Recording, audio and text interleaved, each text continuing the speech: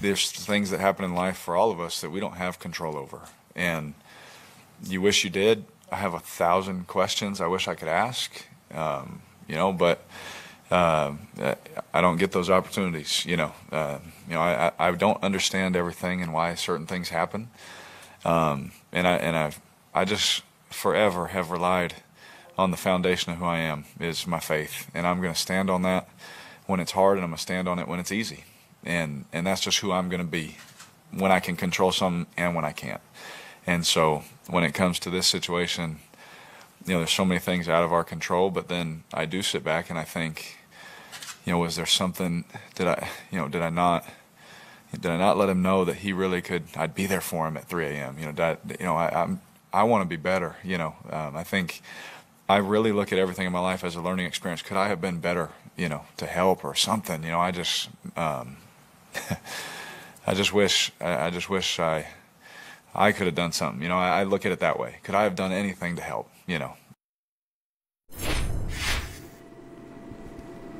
Jesus, man. Every time I see that number, that's all I can say to myself.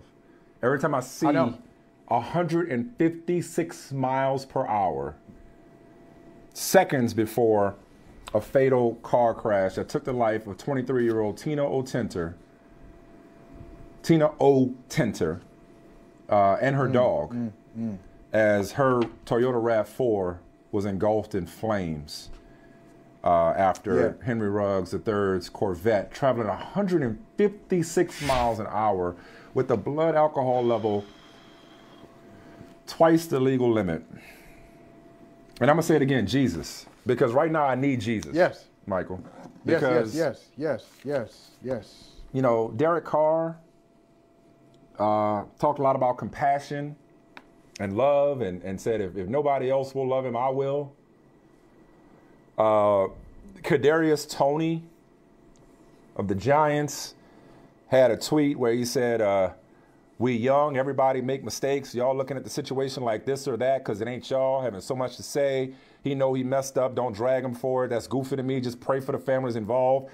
And he got roasted for that. I've seen people write very thoughtfully about Henry Ruggs and how we have to show compassion. Like it wasn't intentional, and he made a mistake, and he probably knows he made a mistake, and his life has been destroyed. Bro, I'm just not there. I can't get past 156. Like I know how I'm supposed to feel toward Henry Ruggs, but I can't bring myself to feel that right now. And I have no relation to Tina O. Tenter, but I can't help but think about. You ever been rear-ended before? Have you been rear-ended? Yeah. Yes. The last time I was rear-ended, I was sitting at a stop sign, coming home from a basketball game with my son. And I think it was a Nissan Pathfinder, if I recall correctly, rear-ended me. And it did damage to my, to the back of my car. I wasn't hurt. My son wasn't hurt. Teenage kid that was texting. And I told him, I said, look here, man. He was nervous, calling his parents on his parents' insurance. He was nervous. I was like, hey, man, I've been there before. I've been there. I had several accidents as a teenager when I first started driving. And one as an adult that could have been much worse. That wasn't my fault, but nonetheless, I know that feeling of, oh my God. I was like, hey man, just listen, just don't text while you're driving. This could have been worse. It's not worth it. Don't text while you're driving. That's coming from somebody who has texted while driving. So it's one of those, like, I'm telling you from experience, and I'm not preaching from a higher position. I'm telling you something that I still need to work on because it's not worth it. You know what I mean? For being honest, okay? Yeah, but Mike, this is. I think about. Yeah, go ahead. I'm sorry. I think about this woman minding her own business, sitting in a car, and all of a sudden, Her car's on fire. And I don't know if there's such a way as a good way to die, but that ain't a way you want to die. Or that's not a way you wish on anybody to die. All because he was not just drinking and driving, but pissy drunk and driving. Yeah. 156 miles an hour. So I can't think about Henry Ruggs. I mean, everybody needs prayer. Tina O'Tinter. Amen. Her family, her loved ones, her friends, Henry Ruggs, his loved ones and his friends, and I need it right now. Because I know we're supposed to forgive. Because there are things that I've done that I need forgiveness for. There are things that we've all done that we need forgiveness for. Maybe we haven't taken lives, but we've affected lives. We've all sinned and fallen short. So I know we're supposed to forgive. But right now, this just feels unforgivable. Because it's inexcusable. It's inexcusable. And this woman's dead and died a gruesome, horrible death minding her business at a red light. And 1 minute she's sitting there doing whatever, and the next minute her car's on fire. This story has haunted me for the last 3 days, and we've had it in both our feeds, and I've been avoiding it, to be honest with you, because I'm just like, I don't have anything to say about it. What can I say other than Jesus? What can I don't know what else to say. Mike, you I think you captured the feelings of a lot of people, especially the feelings of those who have the faith of Derek Carr, Michael Smith, Michael Holley. I mean, I think the Christian faith is very clear about forgiveness and not selective forgiveness. Well, what if they do this? You know, Peter tried that. Hey, Lord, what happens? You know, should I? Are you saying I should forgive my neighbor 70 times? 7 times? No, 70 times 7.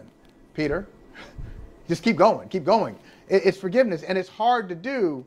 You know, I always think about the difficulty and the remarkable achievement that happened in South Carolina when Dylan Ralph goes into a church and intentionally mows everyone down. And somebody said to him, "You don't have to do this."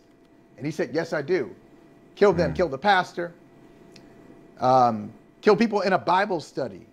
And after that, the day after that, he is taken into court, and some members of that church say, "I forgive you." Ooh. Yep. I don't know how. I don't know how y'all forgive him. You forgive him. So the forgiveness part is really difficult it's just difficult to accept. But you mentioned the car being on fire, Mike. Not only was the car on fire, according to the Las Vegas Review-Journal, that car, the struck car, traveled, see if you can imagine this, 570 feet. How long is 570 feet? Imagine a football field. It's still not long. You got to go even more than that. A football field and a half, it's longer than that. So imagine you're being hit and the force takes you the length of a football field and a half. That's what happened. And when we talk about Henry Ruggs and we talk about mental health, see, mental health right now, the easy part is when people are able to tell their own story and they say, "I'm going through something and this is what I did and I'm in a better place now." It is very digestible. It is mainstream. You can talk about it that way and we all understand, and we say we nod and say, "Hey, our thoughts and our prayers are with you." Good for your courage. Good for you. That's courageous. But the other side of mental health is what we're seeing with Henry Ruggs. There's no question. Mike, if you're traveling 156 miles per hour and you're drunk and you are out of control like that, something's wrong. Something's wrong with you, whether you realize it or not. I'm not saying it from a standpoint of compassion. I'm just saying, just factually, something's wrong with that brother. Yeah. He took a life. And he got into Yeah. that car, and is it the first time he drove like that? He drove like that. He had somebody, his longtime girlfriend, in the car with him. So he's in the car, and he's a father. He's putting his life in danger, his girlfriend's life in danger, and he took somebody's life. That's the part. That's the side of mental health that we really don't want to talk about, and we really don't have compassion for. Honestly, I'm with you, brother. I'm with you. I'll get to that point. I'm not there. I'm like you. I'm not there yet either. For Henry Ruggs, I just don't understand why and how he could be so reckless. And maybe it's just what I said, that he's sick, he's going through something, and he doesn't even understand it yet. Because I know I certainly don't. I've tried to put myself in his position as best I can, in terms of I'd like to think I would never. Let me say this, because I don't drink. I'm less than a social drinker, but I have drank before and I have been inebriated. But I don't think I'd ever get that drunk and get behind the wheel of a car. I don't think I would ever do that. I don't believe I would ever do that. And if I did, I definitely wouldn't go 156 miles an hour. But even if not going through something, like I said, I've gotten in accidents. I've had near accidents. I had an accident when somebody was badly injured. They didn't die. They were badly injured. I wasn't drunk, but the other motorist was badly injured. Again, it wasn't my fault per se, but somebody was injured as a result of an accident with me. So I say all that to say, but for the grace of God, go I. Yeah. And if there was an accident that I had that resulted in a loss of life, whether it's an accident in a car, whether it's an accident with a firearm, whether it's an accident, with anything, I would want to be forgiven and not judged for it. So I think that's what's helping me get to a place of compassion for Henry Ruggs. Still a long road. And the other thing I would say just about that forgiveness thing, man, you struck a chord talking about Dylan Roof in South Carolina.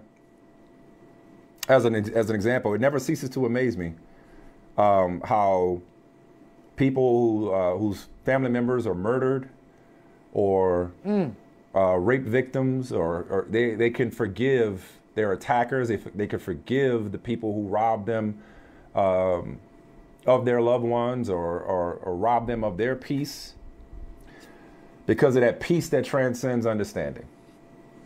And so I pray that Tina's family, and for that matter, Henry Ruggs' family, his professional football family and his family, that they all experience a peace that transcends understanding. Yeah. Because it's really hard to understand 156 miles an hour and a blood alcohol level of 161.